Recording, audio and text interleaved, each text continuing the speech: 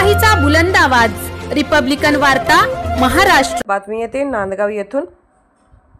नांदगाव तालुक्यातील 5 ते 6 किलोमीटर अंतरावरील रोहिले बुद्रुक येथील प्रधानमंत्री आवास घरकुल योजनेअंतर्गत नांदगाव पंचायतीला अपात्र लाभार्थ्यांच्या यादीबाबत रिपब्लिकन वार्ता महाराष्ट्र न्यूज चॅनलने बातमी प्रसिद्ध करताच रोहिले बुद्रुक ग्रामपंचायतीने नांदगाव पंचायत समितीला अपात्र लाभार्थ्यांची यादी दिल्याची खात्रीलायक माहिती मिळाली आहे।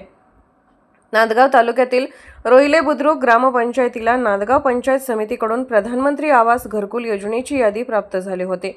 या यादीमधील पात्र अपात्र यादी नांदगाव पंचायत समितीने अपात्र लाभार्थ्यांची यादी रोहिले बुद्रुक ग्रामपंचायतीकडे मागितली होती, परंतु रोहिले बुद्रुक ग्रामपंचायत अपात्र लाभार्थ्यांची यादी देण्यास टाळाटाळ करत होते।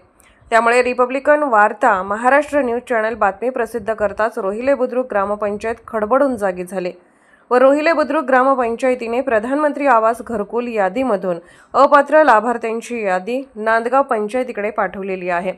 सदरच्या अपात्र लाभार्थी यादीमध्ये रमेश रंगनाथ बागुल, शिवाजी आसाराम पवार, सुनील रामदास पवार, काशीनाथ वेडू चव्हाण, मच्छिंद्र कारभारी गायके, रामदास संविधान पवार, दादा सावळीराम पवार, महेंद्र जगन्नाथ गायके आदी 8 लोकांची यादी रोहिले बुद्रुक ग्रामपंचायतीने नांदगाव पंचायत समितीकडे पाठवली असल्याचे समजते।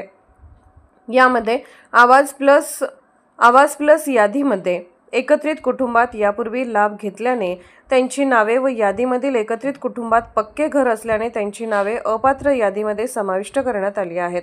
सदर अपात्र लाभार्थ्यांची यादी नांदगाव पंचायत समितीला पाठवण्यात आली असली तरी काही अजून पक्के घर असणाऱ्या लाभार्थ्यांची नावे या यादीत समाविष्ट करण्यात आली नसल्याची चर्चा गावात सुरू आहे।